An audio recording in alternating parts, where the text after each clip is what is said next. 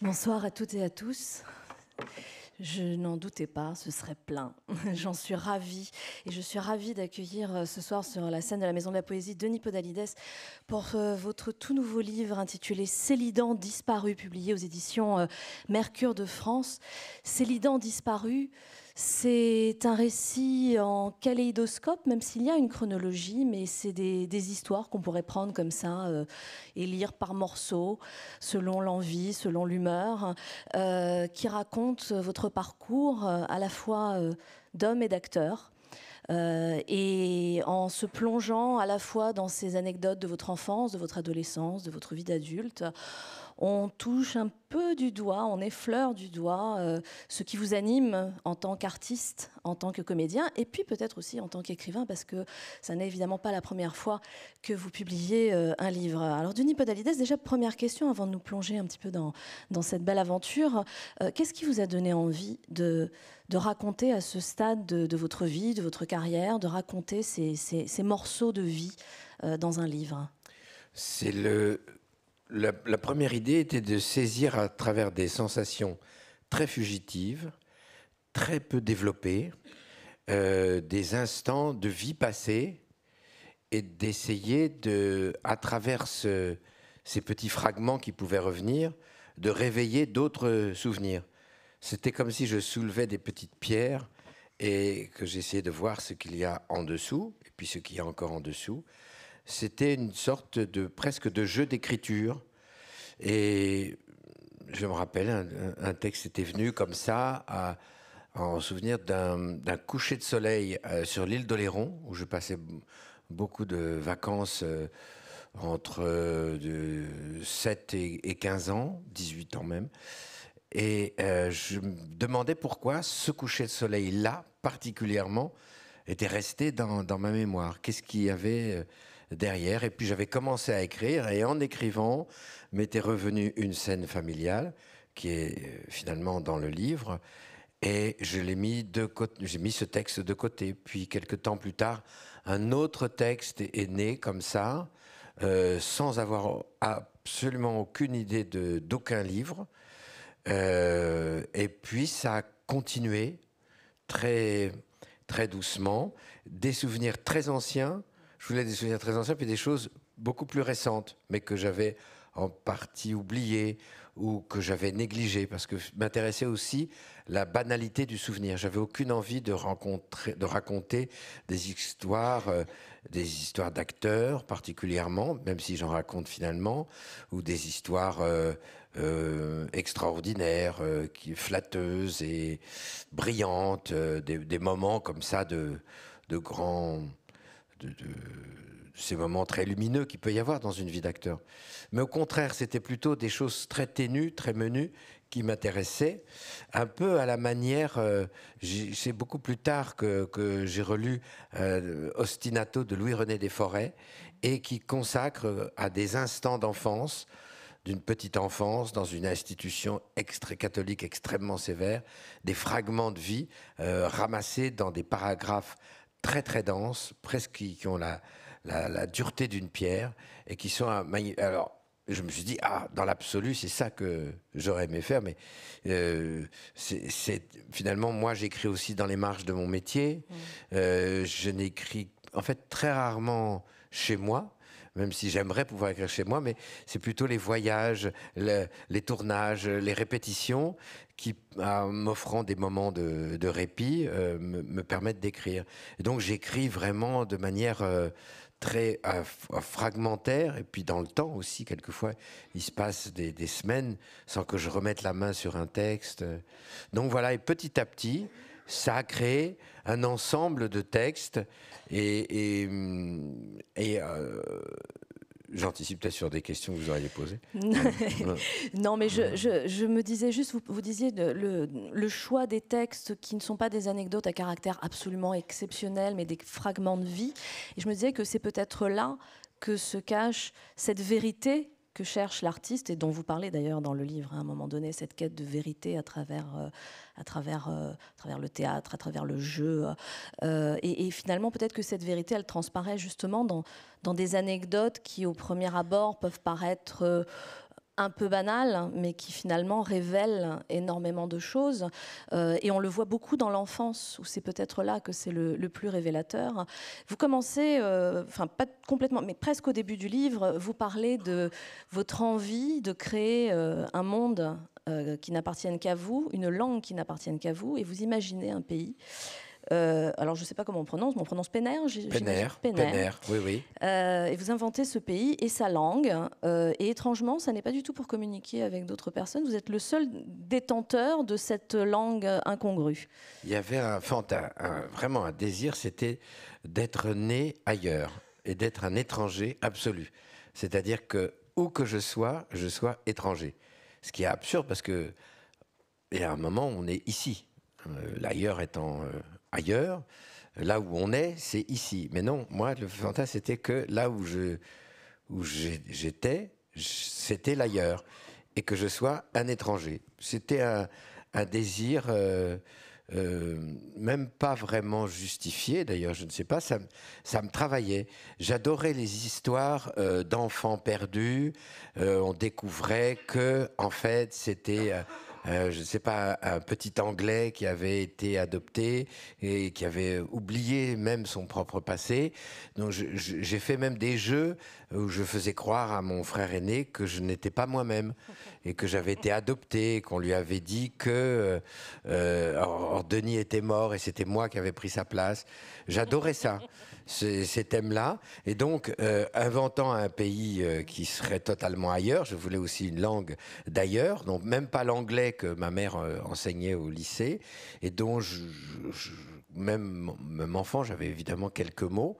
Je voulais même pas une langue connue, donc j'ai inventé une langue qui s'appelait le pénérois, puisque j'avais décrété de manière complètement arbitraire que ce pays s'appelait le Péner et qu'on y parlait le pénérois et qu'il y avait simplement une caractéristique, c'est le pénérois, c'était le français inversé lettre par lettre.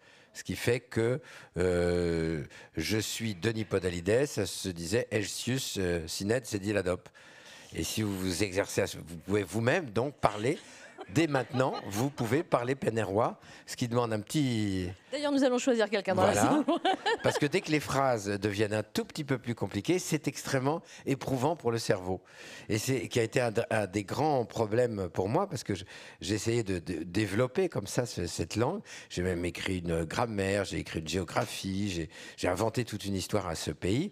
Mais cette langue, j'essaie d'initier mon frère à cette langue, mais ça le saoulait, comme on dit.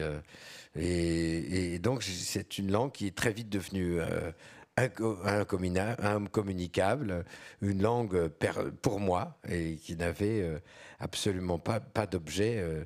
Mais en même temps, quand m'est revenu ce souvenir, je me suis dit, mais quand j'écris, j'essaye de revenir complètement en arrière, comme ça. J'avoue, il y a des gens qui écrivent sur le...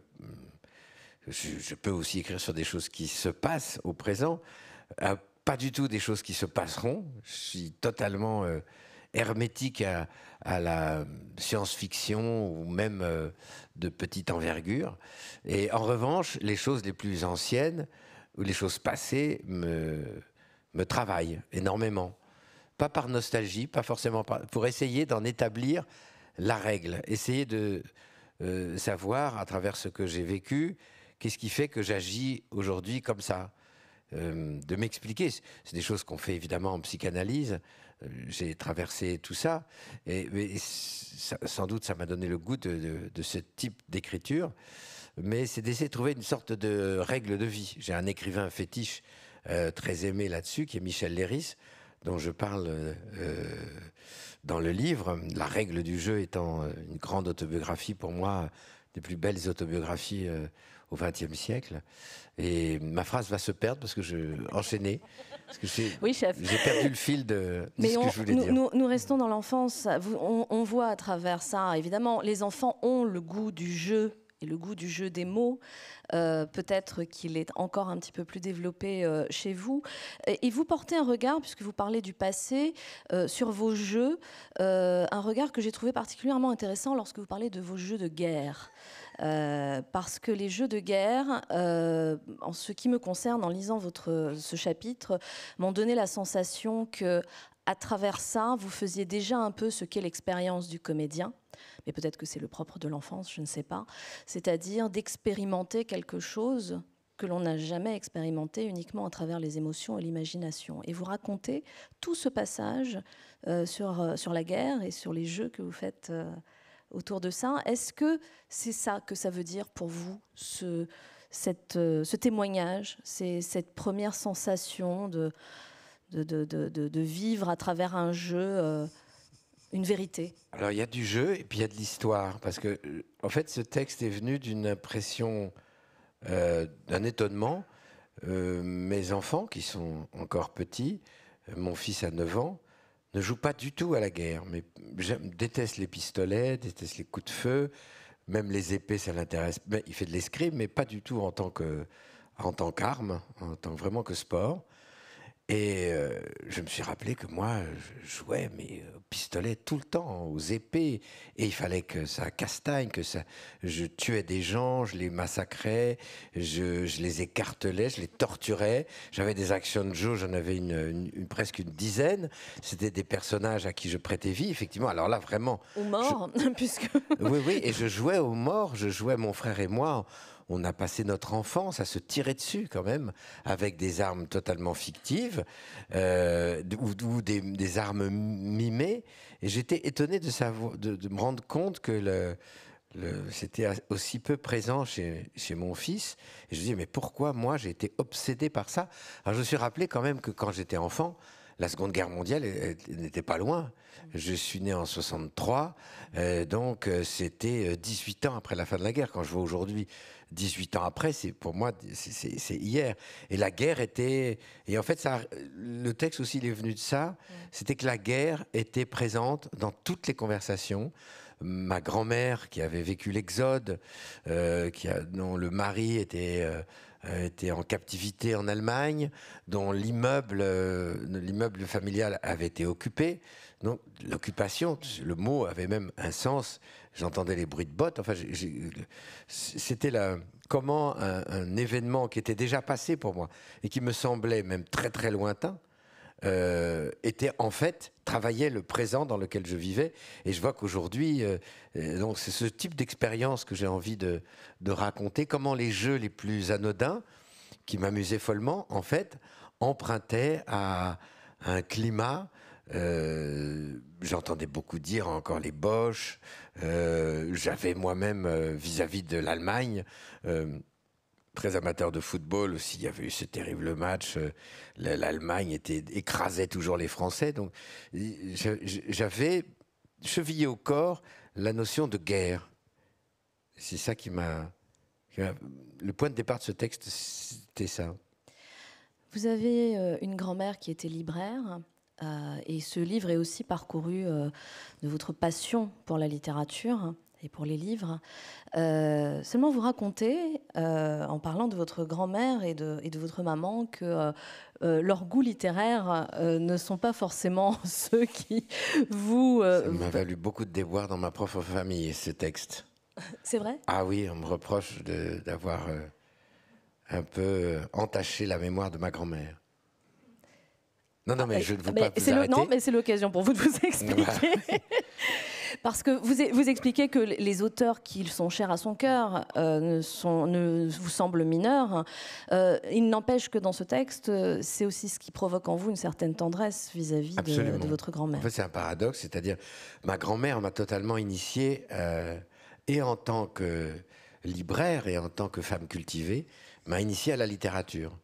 Et j'ai même hiérarchisé complètement la littérature, comme les rayons étaient hiérarchisés. Le plus beau rayon, c'était la bibliothèque de la Pléiade.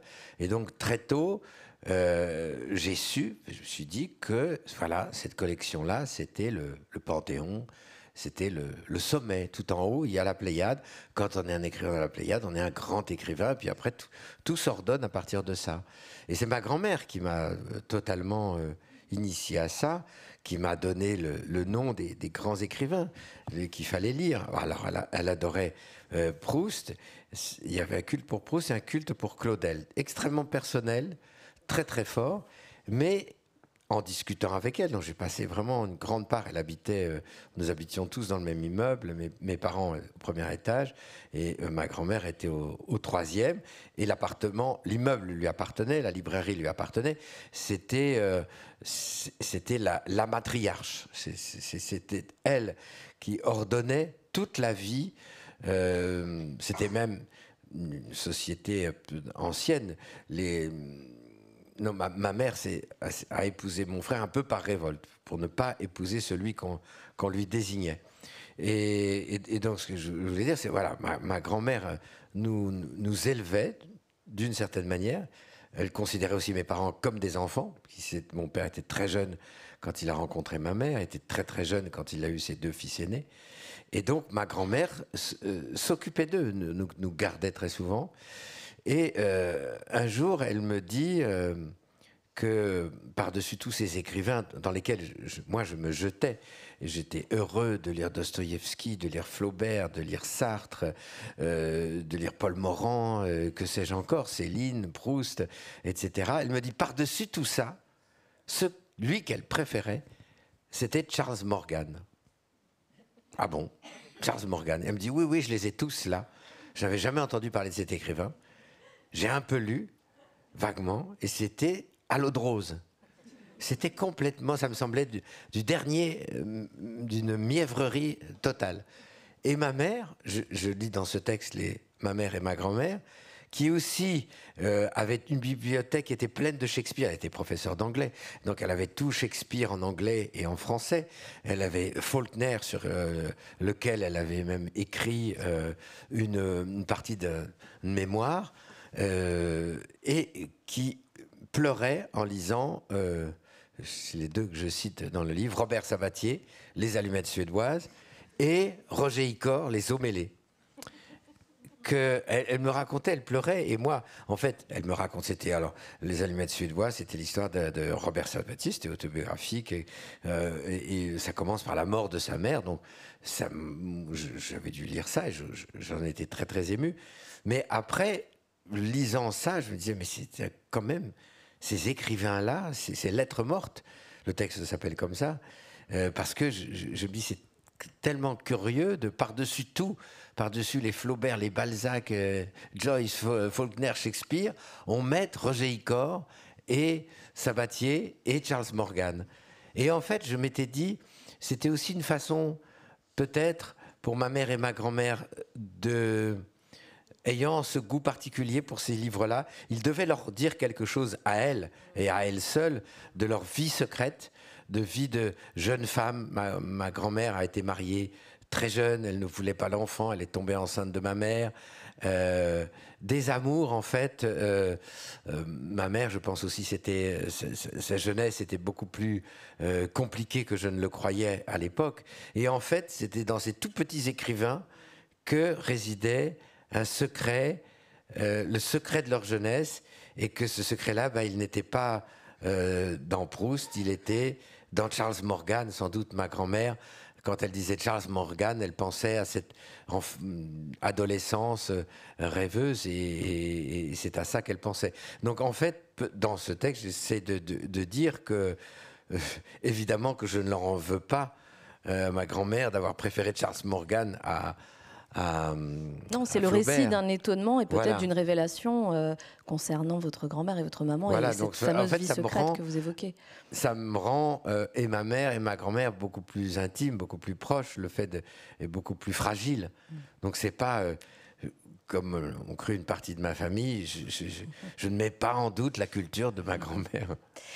Alors, je disais que la littérature traverse ce livre puisque elle est omniprésente dans votre vie.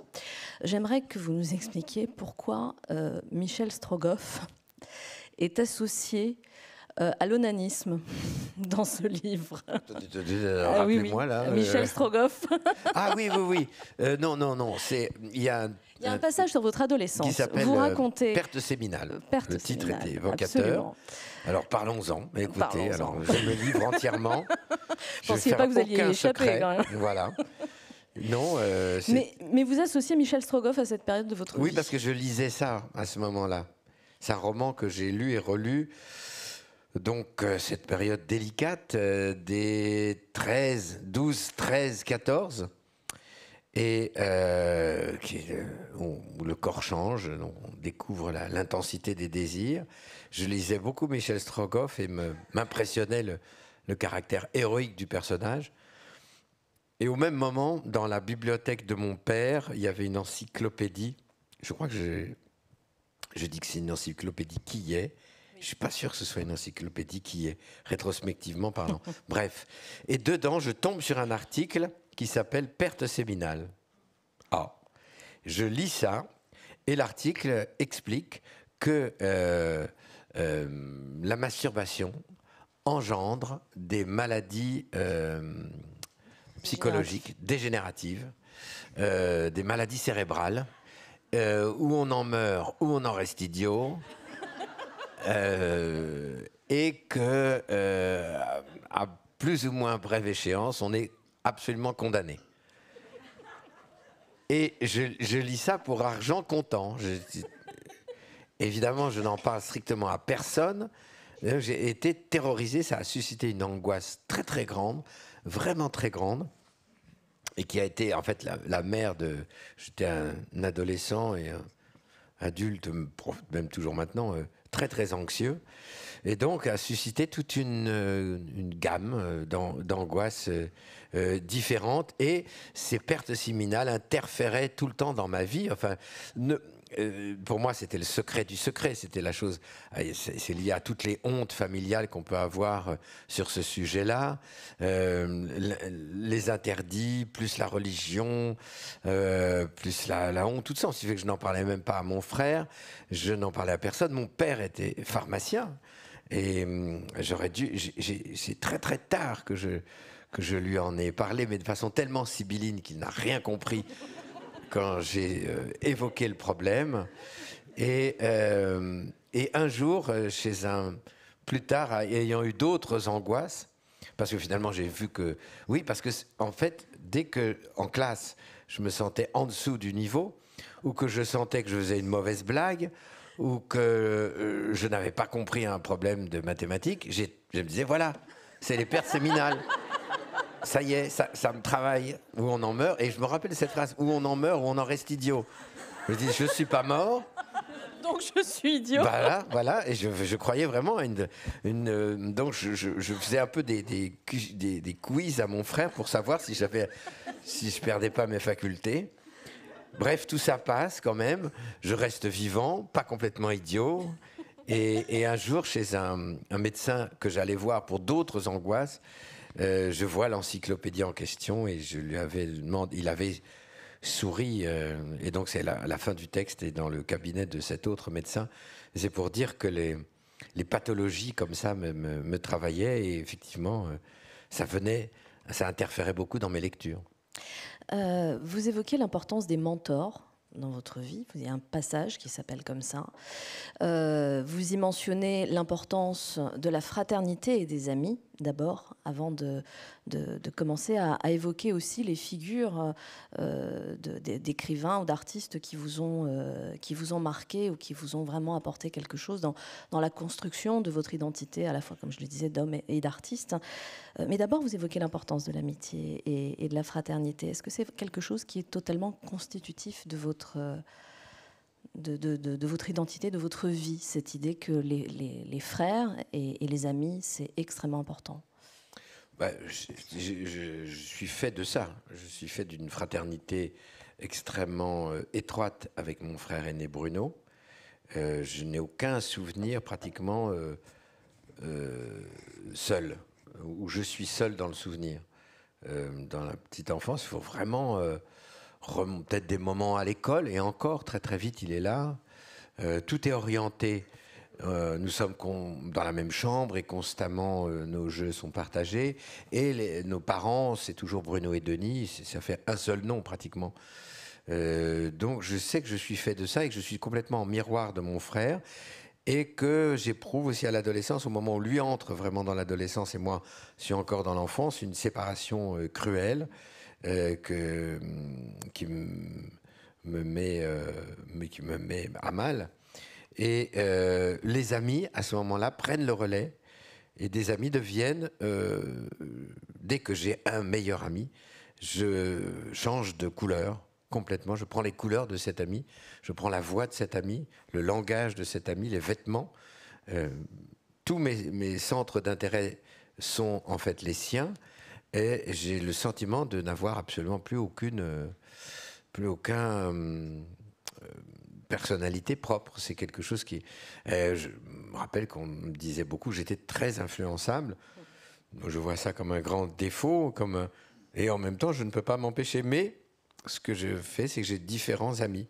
Et donc, ayant différents amis, je prends telle couleur chez telle. Et c'est très difficile d'ailleurs de les réunir, voire impossible, d'être avec tous ces amis ensemble, puisque là, je suis totalement évaporé.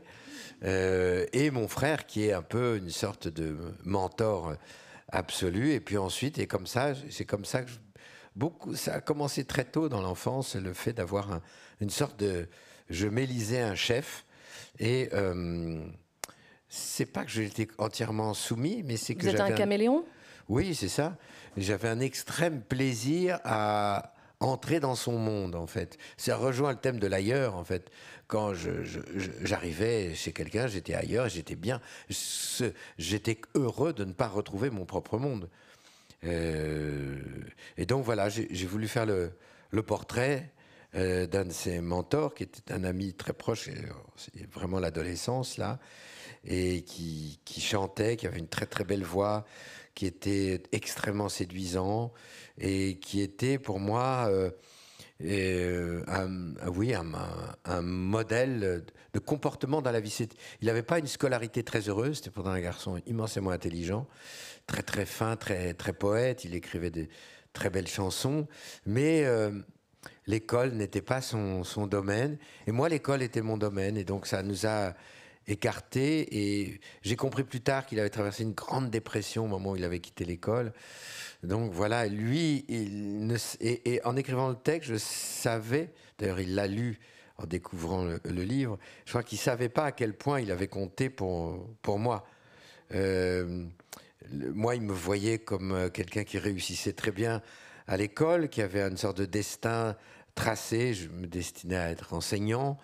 Et puis ensuite, alors que j'ai fait du théâtre avec lui, c'est un peu lui qui m'a fait faire, d'ailleurs, la première fois où j'ai joué dans Paris sur une petite scène qui s'appelait le Petit Casino, qui est pas très loin d'ici, d'ailleurs. Je me demande si c'est pas Requin-Campois, le Petit Casino. Je ne sais même pas si ce cabaret existe encore. Et lui avait été engagé pour jouer, on était en seconde, hein, une petite pièce pour enfants, et je l'avais remplacé. Donc c'est la première fois où j'ai joué. Et le salaire, c'était le ticket de métro pour rentrer à Versailles. J'étais payé comme ça. Et donc c'est lui il a été très très très important. C'est de lui que vous vient votre décision de faire ce métier, vous voulez dire ? Non, il y a plusieurs faisceaux de ce côté-là, mais oui, il a été assez important parce que quand on était en seconde au lycée Hoche à Versailles, l'atelier théâtre, je le faisais avec lui, on écrivait ensemble, on mettait en scène ensemble, et lui, il me donnait confiance. Quand j'écrivais quelque chose, il le prenait au sérieux. Il a mis en musique des poèmes que j'avais écrits. Donc il me poussait beaucoup, et je lui dois énormément. Alors qu'ensuite, donc, il a une scolarité qu'il a fini par abandonner. Et puis lui, n'a pas continué. Il a continué dans la musique. Mais j'ai eu l'impression qu'il m'avait donné des armes dont il ne s'était pas servi lui-même, finalement. Alors, puisqu'on parle justement de théâtre, nous, on vous connaît maintenant que ça a marché, comme on dit. Mais évidemment, le temps de faire une carrière, ça prend du temps. Ça passe aussi par différentes difficultés et déboires. Et vous racontez une une expérience douloureuse qui s'appelle Hernani dans le livre, où vous passez une audition pour un rôle et en fait vous avez le sentiment d'être en permanence en audition puisqu'on vous annonce très vite que vous êtes, quoi qu'il arrive, à l'essai. Et ça ne se termine pas forcément bien. Pourquoi est-ce que vous avez choisi de raconter cet événement de votre vie de comédien ? Parce que j'ai eu une réminiscence, c'est pareil, comme je disais au début, des petits souvenirs très fugitifs que je me voyais répéter dans les toilettes du théâtre Mogador. Et que je hurlais mon texte dans les toilettes du théâtre Mogador. Et je m'étais dit, mais pourquoi je hurlais ? Et petit à petit, j'avais pas du tout oublié, mais c'est ce détail-là. Et Jean Marais, qui était dans ce spectacle, avait sursauté en allant lui-même aux toilettes. Parce que soudain, il avait entendu dans les toilettes d'à côté « Je suis une force qui va !» Une tirade de Victor Hugo, donc d'Hernani. J'étais censé jouer Hernani. Et ça l'avait surpris. Et après, il avait dit au metteur en scène, le petit, il faut s'occuper de lui parce que il est dans les toilettes et il gueule son texte. Et surtout, en plus, le metteur en scène, doutant de moi, ne voulait jamais que je répète en présence de Jean Marais, qui était la vedette, qui était un homme délicieux, mais charmant, lui qui s'étonnait simplement que je ne répète jamais avec lui. Et je ne répétais jamais avec lui. Et je ris beaucoup, cette histoire m'a paru très drôle aussi à raconter. Très souvent des histoires dont on a été le héros malheureux, voire le héros honteux. En fait, en les racontant, il y a une sorte de petit roman comique qui se dessine et qui fait que non seulement c'est une histoire plaisante, mais en plus, le souvenir pénible se transforme. Donc c'est aussi pour ça que j'écris ces choses-là, parce que j'essaye d'en tirer de ce qui me faisait horriblement. C'était horrible pour moi, ce Hernani. J'avais pas le droit de répéter. Dès le premier jour, le metteur en scène avait dit Denis qui doit faire ses preuves. Puis ensuite, il me disait soit Depardieu, soit Depardieu. Je faisais 55 kilos. J'étais petit et il me demandait cambre-toi, cambre-toi. Donc voilà, je me demandais d'être bombe le torse. Voilà, il me disait bombe le torse, bombe le torse. C'était une catastrophe, hein, vraiment. Et donc, je souffrais, je me demandais même si c'était le bon métier.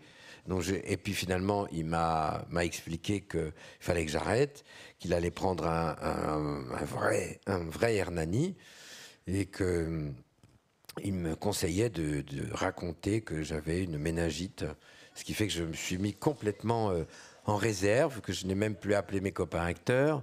J'avais officiellement une méningite. En fait, ce qui le dispensait de me payer la totalité du salaire. Je m'en suis rendu compte beaucoup plus tard, parce que j'avais même caché à mon agent. Mais parce qu'il vous a dit que c'était pour le bien de votre carrière. Voilà, exactement, que c'était pas bon que ça sache que j'avais été viré, c'est sans doute vrai.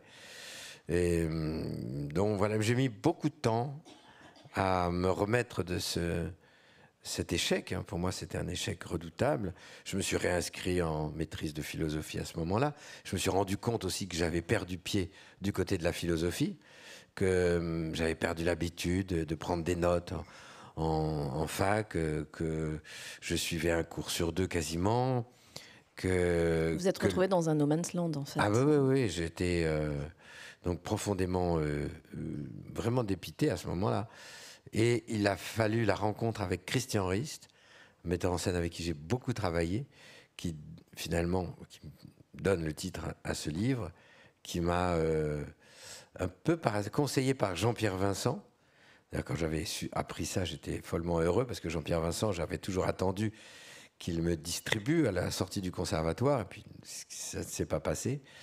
Et donc, au moment où j'ai rencontré Christian Rist pour ce rôle de Célidan, une comédie de Corneille, j'étais vraiment... j'allais reprendre... J'étais perdu, puisque j'arrivais pas à reprendre mes études, et je sentais que le théâtre était une impasse. Et grâce à ce rôle, finalement, dans lequel, pour la quasi toute première fois, j'étais vraiment heureux, j'ai pu reprendre pied. Alors justement, je propose que vous nous lisiez l'extrait dont il est question. 209.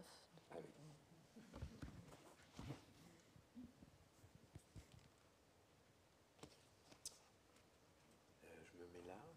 Oui, je serais peut-être plus à l'aise. Plus à l'aise. Comme Oui, vous n'aurez pas à tenir le micro. Ah, oui, pas.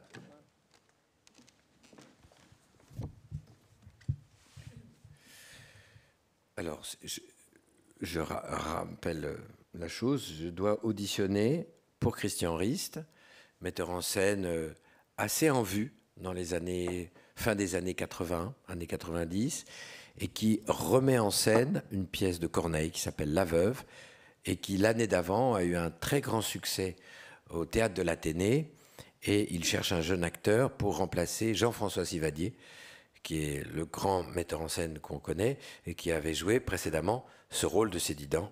Et c'est pour ce rôle-là que j'auditionne dans le parc de Sceaux. Christian Rist travaillait, je pense, au Gémeaux, et m'avait donné rendez-vous dans le parc de Sceaux. Donc, ça commence par un tout bref petit résumé de la pièce. Célidan, donc le rôle pour lequel j'auditionne, est la dupe du ténébreux Alcidon, auquel il voue la plus noble et la plus aveugle amitié. Un ami tel que toi, mais plus que 100 maîtresses. Il est aussi l'amoureux non déclaré de Doris, sœur de Philiste, amant de Clarisse, la veuve, que convoite Alcidon. Je ne sais pas si tout le monde suit, je ne vais pas répéter, peu importe. Bon, tout ça me va très bien, je suis spécialiste de ces deux états, être dupe, aimer en secret. Dès ma première lecture, il m'a semblé que les vers de ce personnage couleraient aisément de ma bouche. Célidan entre naïvement dans les desseins néfastes d'Alcidon contre Philiste, acceptant de garder dans son propre château une simple découpe de bois au fond du décor, me dit Christian, Clarisse, la veuve, amante de Philiste, qu'Alcidon, par traîtrise, va enlever. Tant que Doris est promise au funeste Alcidon, tout le texte n'est pas comme ça, je vous rassure. Hein. Tant que Doris est promise au funeste Alcidon, le discret et généreux Célidan tait sa passion, mais persuadé par le fourbe que c'est à un autre que Philiste la destine, il se déclare. Après sa trahison, vois ma fidélité. Il t'enlève un objet que je t'avais quitté. Ta Doris fut toujours la reine de mon âme. J'ai toujours eu pour elle une secrète flamme. Sans cesser de jouer, Christian m'indique les places, glissant aussi des intentions. Alors là, Jean-François faisait un truc assez marrant. Il tapait d'un revers de main sur la découpe de bois. Prends, puisque tu le veux, mon château pour retraite. Et je fais le truc assez marrant de Jean-François. Je tape du revers de la main dans le vide. Ça me fait rire. Je continue, plus allègre encore. Je prends et reprends tout. Inflexion, gag, rythme, mimique. Christian rit parfois et repart de plus belle dans le jeu. On s'étourdit. Le parc change de lumière. Le soleil décline légèrement. Il y a moins de monde et notre aire de jeu, comme les ombres, s'étend. Quant à moi, plus j'y songe et moins j'y vois de jour. M'aurait-il bien caché le fond de sa pensée ? Célidan, monologuant, redessine en pensée l'enlèvement de Clarisse et peu à peu lui apparaît la perfidie de son ami. Debout sur un banc, texte en main, j'y vais à fond. Ce n'est pas avec moi qu'il faut faire le fin, et qui me veut duper, on doit craindre la fin. Combien de fois aurais-je voulu dire pour moi de telles paroles ? C'est une profession de foi, une renaissance. Ce n'est pas avec moi qu'il faut faire le fin, et qui me veut duper, en doit craindre la fin. Je suis sérieusement ému et traversé par la lumière rasante qui nous vient du fond du parc.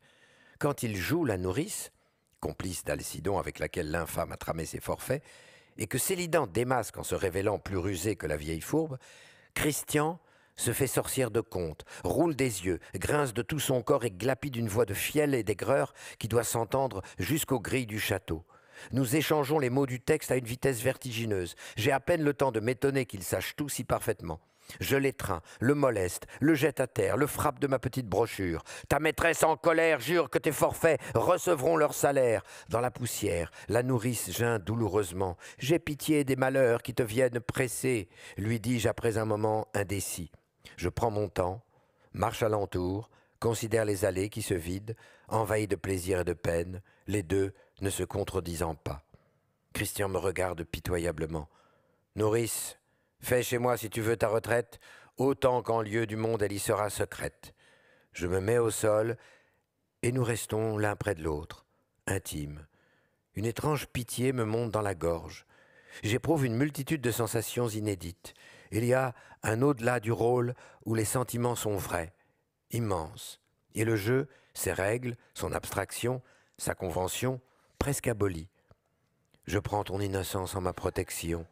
Va, ne perds point de temps. Être ici davantage ne pourrait à la fin tourner qu'à ton dommage. Durant l'éloignement, ta paix se pourra faire. Vous me serez, monsieur, comme un dieu tutélaire, me répond-il avec une gratitude confondue, empreinte de honte et noyée dans un sanglot.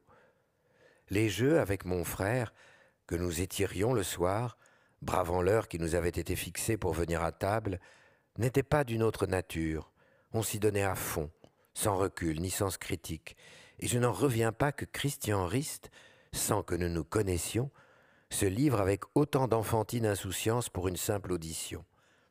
Trêve pour le présent de ces remerciements, va, tu n'as pas loisir de tant de compliments. Aucune ironie ne me vient de ces paroles comme ma situation, je pourrais dire avec gêne ou malice. Acte 5. Enfin, Célidan, dans une longue et noble réplique, se déclare auprès de Doris en présence de sa mère.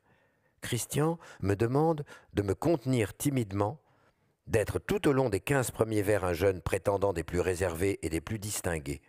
Je réprime tout mouvement, tout accent passionné. Passé la première période oratoire de la réplique, d'un geste bref et impérieux de chef d'orchestre, il me fait signe d'éclater. Aussitôt, fou furieux, je bondis, cours en tous sens et saute sur une Doris imaginaire qu'il m'a vaguement située, cet arbre contre lequel je me jette. Je ne condamne plus mon amour au silence, j'en viens faire éclater toute sa violence, souffrez que mes désirs si longtemps retenus rendent à sa beauté des vœux qui lui sont dus. Exultant, je finis la réplique, attends sa repartie. Il me tapote l'épaule. Allez, c'est bon, merci, c'est bien. C'est toi, ça va être très bien. Je suis engagé. Essoufflé, on échange des numéros de téléphone. Il me donne plusieurs informations pratiques. On verra ça quelques jours plus tard avec l'administrateur de la compagnie, Gilbert Fillinger. De nouveaux noms fleurissent, s'inscrivent sur mon agenda vide. Un voyage commence. Le navire sur le pont duquel je me tiens, haletant, heureux, tremblant mais droit, appareille. La vie afflue de partout. Le parc ressemble à Versailles. Ça me frappe soudain. Toute mon enfance se ramasse auprès de moi, puis s'efface. J'entre dans la vraie vie. Je laisse s'évanouir quantité de sensations, de souvenirs et de vieux rituels. Je suis prêt maintenant. Mon bagage est menu mais ficelé. Il y a des adieux dans l'air qui ne sont pas prévus et qui ne s'adressent à personne ici présent. Faut-il convertir l'instant en fête? Faut-il dire à Christian ce qui m'agite? Il est simple et résume les choses. Content de cette audition, il veut en remercier Jean-Pierre. Jean-Pierre? Oui, Jean-Pierre Vincent, qui m'a donné ton nom. Ah? Oui, il m'a dit que tu serais très bien dans le jeune Corneille, que tu étais un acteur très fin. Moi qui m'étais cru à jamais rejeté par mon maître, je m'ébahis d'apprendre qu'il a fait quelque chose pour moi, donner mon nom, engager sa confiance, un acteur très fin. Je suis heureux d'apprendre que Christian et Jean-Pierre se connaissent, se parlent, ça communique là-haut, dans les sphères artistiques, entre ces hommes libres et scintillants.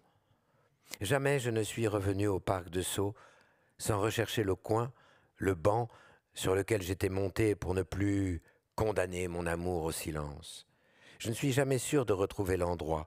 Un peu en descendant sur la droite, en venant du château? Peut-être. Il n'y a évidemment aucune trace de notre théâtre d'un après-midi.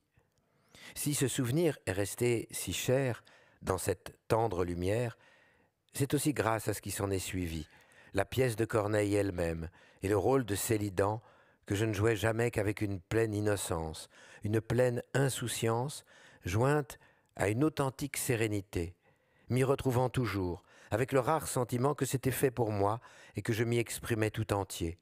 Je touchais enfin à la certitude d'avoir bien choisi ma voie, ce dont mes expériences antérieures m'avaient fait douter. Mais ce souvenir s'illumine de tout le compagnonnage avec Christian Rist, qui a commencé ce jour-là, et l'illusion de revivre une de ces scènes d'enfance partagées avec mon frère, sentiment qui a scellé ma joie et mon engagement, m'a toujours incliné à considérer Christian non plus comme un de ces metteurs en scène devant lesquels il m'arrivait de me liquéfier de peur, de me croire sous la férule d'un maître censeur auquel je devais me soumettre, mais comme un frère avec lequel j'étais fondamentalement libre et sans ruse. Célidan est le nom de cet acteur heureux, de cet homme heureux d'être acteur. Je le suis toujours.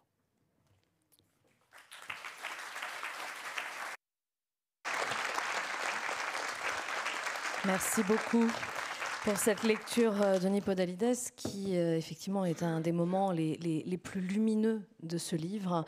En écoutant les différentes histoires, malgré tout, la question du jeu revient toujours, pas seulement dans l'enfance, même plus tard. Alors, c'est un chapitre qui est avant celui que vous avez lu. Vous racontez la fois où vous avez été réformé. Et ce chapitre s'intitule « L'asile ». Alors, évidemment, ça prête à rire parce qu'il y a des scènes qui sont triviales et simultanément qui n'ont pas dû être très drôles sur le moment. Mais c'est encore une fois une situation dans laquelle, sans être acteur à ce moment-là, vous vous retrouvez dans la nécessité de jouer comme si c'était une sorte de...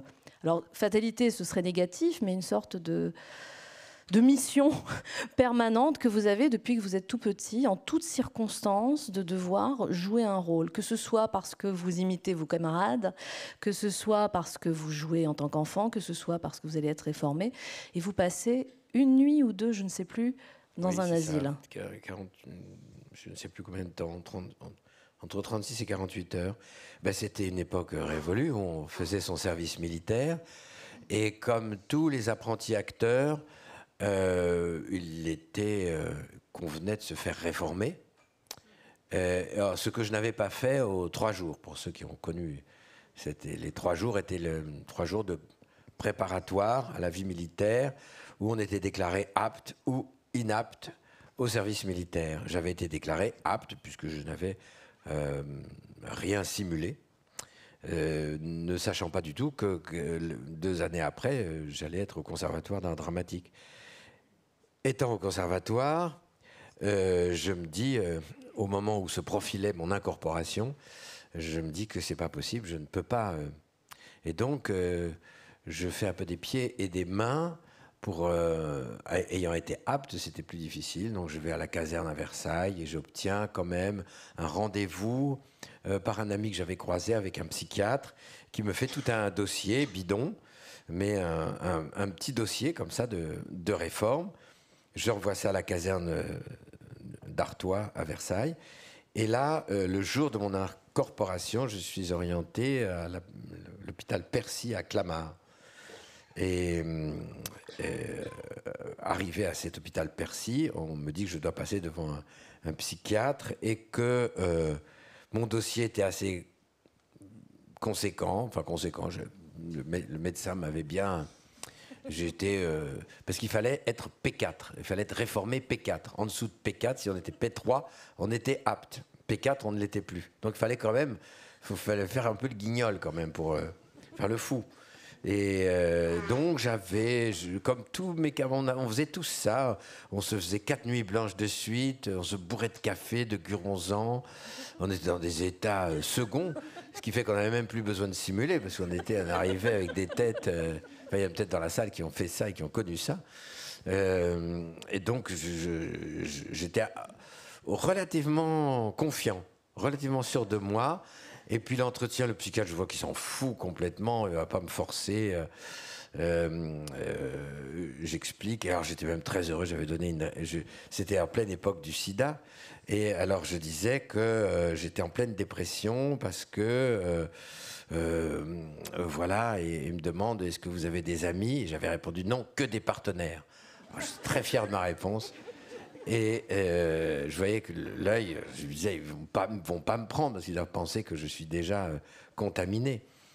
Et donc je suis assez confiant et puis j'attends mon billet de réforme parce qu'en fait il fallait la commission de réforme, elle était 3 semaines plus tard et si on avait tamponné par une sorte de chef médecin, on pouvait rentrer chez soi. Et puis le temps passe, personne ne vient. Et puis au bout d'un moment, je vois quelqu'un qui arrive avec un pyjama bleu, et qui me demande de le faire suivre. Je ne comprenais pas du tout ce qui se passait. Et on m'explique qu'un officier qui aurait dû signer mon bon de sortie était parti un peu trop tôt en week-end, on était vendredi, et que voilà, j'allais rester avec eux. Et là a commencé une plongée en enfer, c'est Vol au-dessus d'un nid de coucou, pour ceux qui se souviennent de ce film. Et j'entre dans une immense paranoïa, parce que je me dis, en fait, je rentre effectivement et j'entends la porte se fermer derrière moi, mais vraiment la scène de pénitencier, j'entends qu'on m'enferme au milieu des fous.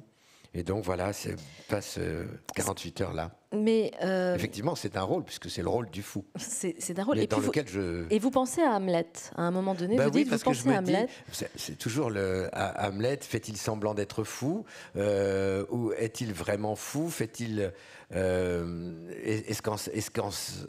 que c'est en faisant semblant d'être fou qu'il devient fou? Et donc, c'était des discussions de jeunes acteurs, parce que c'est comme jouer l'alcool ou jouer la folie, c'est fascinant pour les jeunes comédiens. Alors, je me disais, peut-être que c'est un petit atelier là que je peux me faire, qui sera très intéressant, mais j'étais dans un tel état d'angoisse, parce qu'en fait, je suis rentré en paranoïa, je pensais que, en fait, on ne m'avait pas du tout, il n'y avait pas du tout cette histoire, je ne croyais pas du tout à cette histoire d'officier, et je disais, ils vont m'enfermer jusqu'à ce que j'avoue que je suis un simulateur. Et donc tout ce que je voyais, je l'interprétais comme un réseau de surveillance jusque dans la nuit la plus noire. J'étais persuadé, et d'ailleurs je voyais des têtes qui rentraient. Enfin bon, j'étais dans un climat de terreur à tel point que j'étais si nerveux que le lendemain, en fait, après le petit déjeuner, j'ai senti qu'on m'avait donné quelque chose parce que j'avais hurlé sur un infirmier pour réclamer de sortir. Et après, quand on m'a annoncé que je pouvais partir, c'était donc le lundi matin, j'étais complètement légumisé. Bon, si vous voulez, j'étais prêt à rester comme les autres, parce que j'en voyais d'autres. Je me disais, mais c'est des simulateurs ou c'est des vrais? Et il y avait un type que je voyais, il me ressemblait, enfin il avait l'air tout à fait normal. Je disais, alors ça va être le pire, lui. C'est certainement lui, il est là pour m'espionner. Enfin, je vivais en pleine paranoïa, comme dans une dictature, en fait. Et c'était, alors pareil, c'est le même type de souvenir. C'est le procès de Kafka aussi. Hein. Oui, c'est ça. C'est des espèces de petites nouvelles Kafka. J'étais terrifié parce qu'en plus, l'hôpital Percy, c'est un hôpital de grands brûlés. Et il y a un moment, enfin je le raconte dans le livre, là j'ai vu ce que c'était que la très très grande souffrance. Je voyais passer une baignoire avec une sorte et un corps plongé dedans, couvert de bandes, et qui était un pompier, grand brûlé. Donc, tout cet épisode a été une sorte de grand cauchemar. Et quand j'ai pu sortir, surtout, et revenir 3 semaines plus tard à la commission de réforme, j'ai eu une des plus grandes joies de ma vie.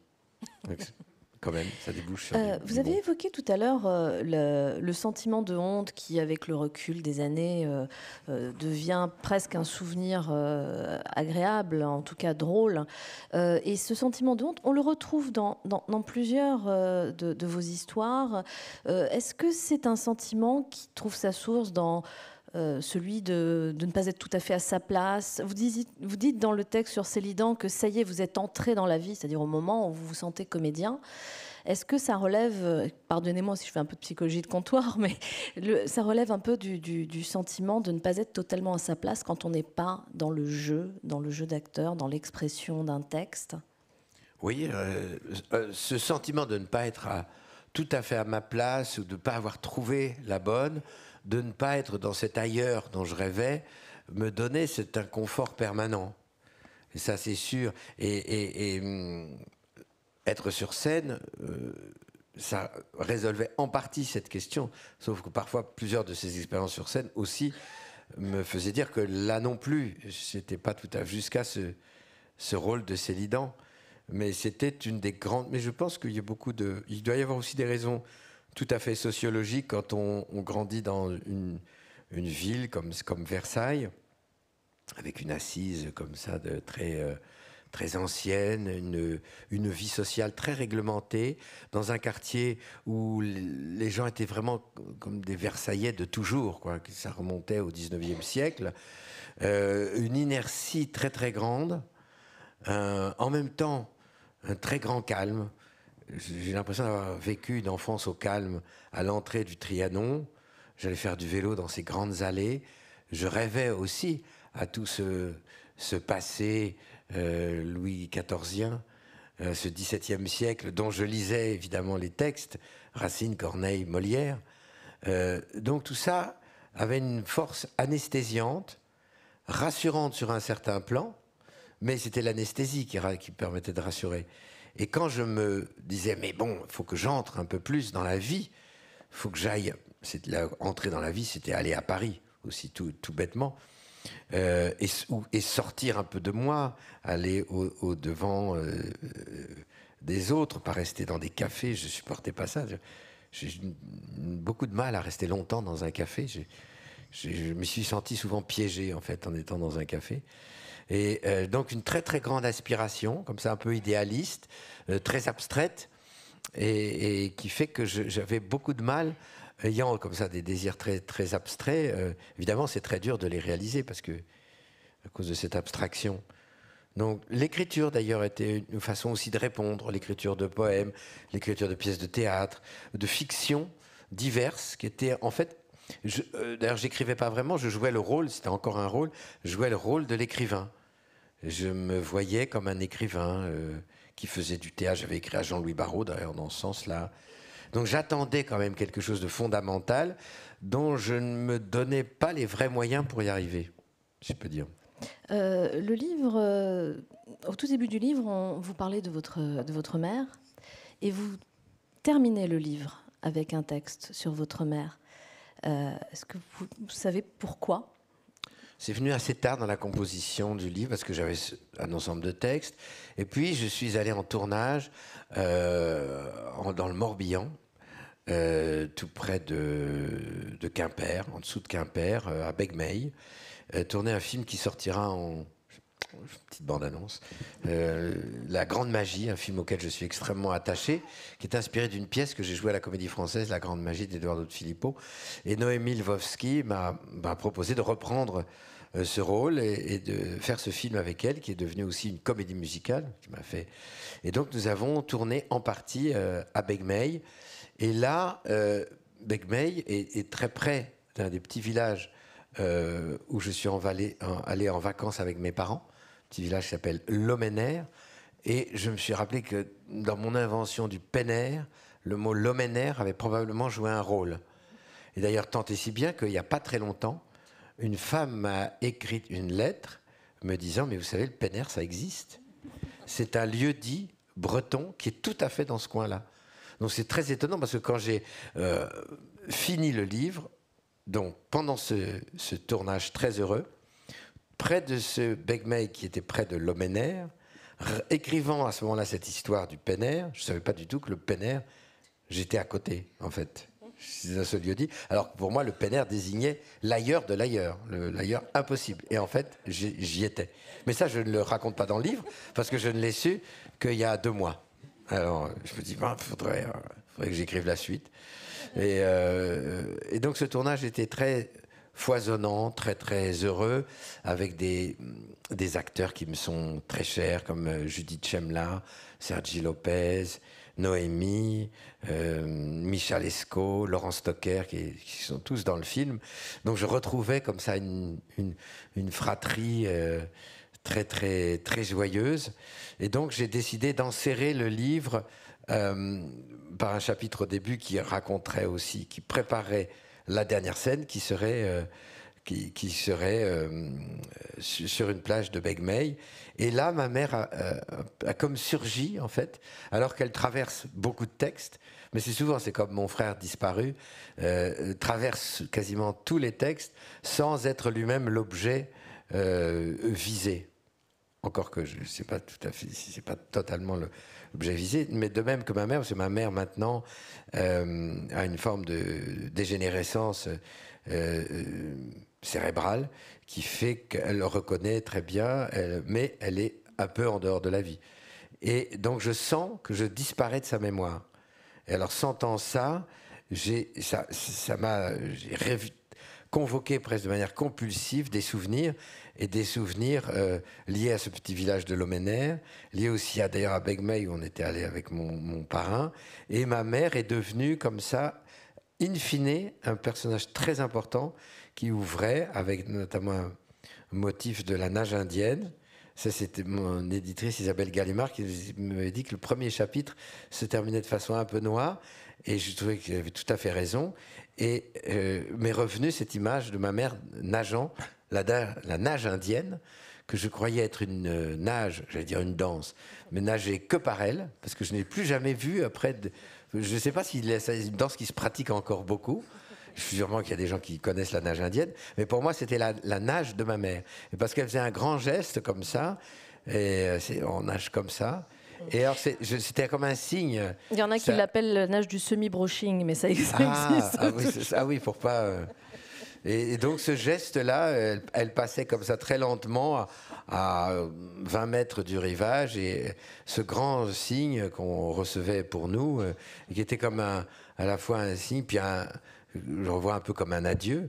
Et donc voilà. Et puis ça se termine sur une faute, parce que dans ce tournage, c'est très curieux, un coiffeur, un homme très fin, délicieux, nous a photographié Judith Chemla, moi et le chanteur Arthur Teboul, qui est le chanteur des Feu Chatterton, et qui joue dans le film L'amant de ma femme.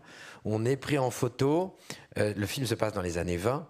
Donc, moi, je suis en canotier. Lui, il est en baigneur de cette époque-là. Et Judith aussi. Et il a fait une photo noir et blanc. Et quand j'ai vu cette photo, j'ai repensé à ce que j'étais en train d'écrire. Et j'ai eu l'impression que soudain, j'avais vécu à cette époque-là. J'ai eu un flash comme ça. Et que j'ai repensé à une photo de ma mère où elle était toute petite. Et d'un coup, je me suis vu en père de ma mère. Enfin, dans une époque, c'est ce qu'on appelle un peu l'anamnèse, quand vous vous mettez à vous souvenir d'une époque que vous n'avez pas vécue. On fait souvent ça au cinéma. À force d'être dans une époque, on a et de jouer un personnage d'hier, on a des sensations très anciennes, et au-delà de notre naissance, qui peuvent venir nous travailler. Denis Podalides, malheureusement, le temps qui nous est imparti touche à sa fin. Il y a encore plein d'histoires dans ce livre, plein de fragments de vie, certains drôles, certains qui sont plus douloureux, mais tous dessinent un portrait qui, encore une fois, nous permet d'effleurer du doigt l'acteur, et peut-être l'homme, mais ça vous êtes le seul à le savoir. Célidan disparu, c'est le titre de votre livre. On va vous retrouver dans un instant en dédicace grâce à la librairie qui est juste en face de la Maison de la Poésie. Merci infiniment à vous et au Mercure de France d'avoir publié Célidan disparu, qui est un très beau livre. Merci à vous tous. Je vous remercie pour votre attention. Merci beaucoup.